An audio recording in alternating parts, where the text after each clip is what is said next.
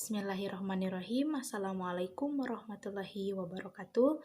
Perkenalkan, nama saya Aida Ainaya Kodernada. Saya dari kelas 3A dengan NIM 119208003. Pada kesempatan kali ini saya akan mempresentasikan salah satu materi dari mata kuliah Filsafat dan Sejarah Kimia yang berjudul The Chemical Atom atau Atom Kimia. Langsung saja, the chemical atom atau atom kimia. Istilah atom di sini berasal dari bahasa Yunani yang berarti tidak dapat dipotong atau sesuatu yang tidak dapat dibagi lagi. Yunani kuno pertama kali mengemukakan gagasan bahwa semua materi terdiri dari atom-atom kecil, dan Boyle telah menggunakan konsep atomisme dalam mekanika filsafatnya. Tetapi atomisme belum berhasil menjelaskan fenomena ini. Pada konsep Lavoisier tentang sebuah elemen memberikan dasar untuk versi baru atomisme yang muncul di tahun-tahun awal abad ke-19. Teori yang dikenal dengan teori atom kimia ini memiliki prinsip sentral yang berbeda-beda elemennya, memiliki atom yang berbeda-beda secara fundamental. Tabel of content. Di sini yang dibahas itu ada 6 konten. Yang pertama, analisis kuantitatif dan hukum konstan komposisi. Yang kedua, teori Dalton tentang campuran gaseus. Yang ketiga, berat atomik dan proporsi ganda. Yang keempat, kontroversi atas teori atom kimia.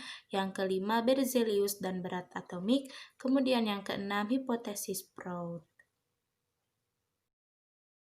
Yang pertama ada analisis kuantitatif dan hukum konstan komposisi.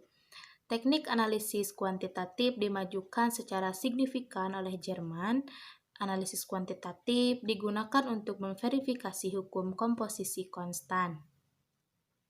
Selama bertahun-tahun telah diasumsikan oleh sebagian besar ahli kimia bahwa sampel berbeda dari senyawa murni yang sama akan memiliki komposisi yang identik. Pada tahun 1799, Joseph Prout dari Prancis menganalisis karbonat tembaga dasar alam atau perunggu dan senyawa yang sama yang sudah disiapkan di laboratorium. Kedua sampel itu memberikan hasil analisis yang sama. Dia menunjukkan bahwa beberapa logam terbentuk lebih dari satu oksida dan sulfida. Masing-masing memiliki komposisi yang tertentu. Kesimpulan Prout yang tadi itu segera ditentang oleh Berthollet yang mempertahankannya bahwa banyak senyawa dapat memiliki komposisi yang bervariasi. Berthollet mengutip contoh logam tembaga yang ternyata membentuk berbagai macam oksida. Namun bertahun-tahun kemudian ditemukan bahwa beberapa senyawa seperti oksida dan sulfida dari besi memang bisa memiliki komposisi yang bervariasi. John Dalton pada tahun 1766 sampai 1844 yang mengemukakan teori atom kimia. Beliau mulai memikirkan bahwa atom sebagian hasil dari studi fenomena yang bersifat fisik daripada bahan kimia. John Dalton lahir di Ecclesfield, dekat distrik Danau Inggris. Selanjutnya, teori Dalton tentang campuran gaseus. Dalton menemukan gagasan. Nah, di sini awalnya Dalton menggunakan model gas yang sangat mirip dengan yang digunakan oleh Newton. Bahwa gambaran Newton dan Dalton tentang gas adalah dasarnya statis dan sangat berbeda dari model dinamis yang disediakan oleh teori kinetik gas yang tidak dikembangkan sampai pertengahan abad ke-19. Newton menunjukkan jika gaya tolak berbanding terbalik sebanding dengan jarak antar partikel, maka tekanan menjadi tetap. Kuantitas gas berlipat ganda ketika volumenya dibelah dua. Sesuai dengan hukum Boyle, Dalton menolak gagasan ini. Ia menemukan gagasan bahwa setiap partikel hanya bisa menolak yang lain dari jenisnya sendiri, dan partikel yang berbeda itu tidak saling memberikan gaya. Selanjutnya, berat atomik dan proporsi ganda. Pertama muncul penjelasan lengkap tentang teori atom kimia ini dikemukakan oleh Thomas Thomson. Pada tahun 1807 dalam edisi ketiga dari System of Chemistry, Thomas Thomson pertama kali memunculkan penjelasan lengkap tentang teori atom kimia. Nah, sekarang Dalton menggunakan istilah atom untuk partikel terakhir dari semua zat. Unsur tersusun dari atom sederhana dan senyawa dari atom majemuk. Untuk menetapkan berat atom itu, perlu dibuat asumsi tentang komposisi atom senyawa.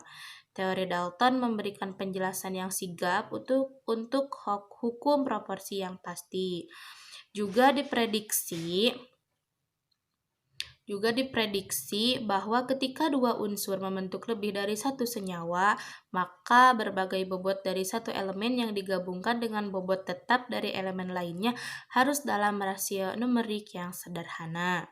Kemudian Dalton memperkenalkan simbol-simbol yang juga bersifat kuantitatif sebagai signifikansi kualitatif.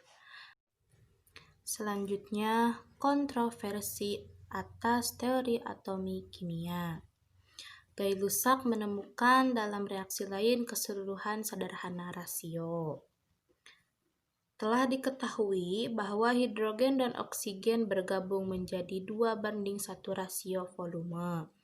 Dan Gay-Lussac menemukan bahwa dalam reaksi lain, keseluruhan sederhana rasio jumlah yang ada antara volume reaktan, gas, dan produk.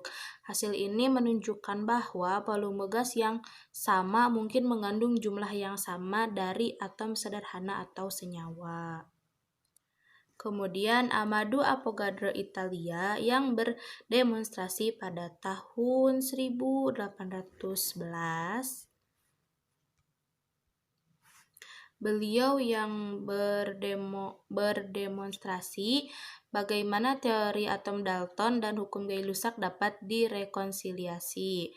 Dia mengusulkan bahwa partikel elemen gas dapat dipecah menjadi dua jika terlibat dalam reaksi kimia.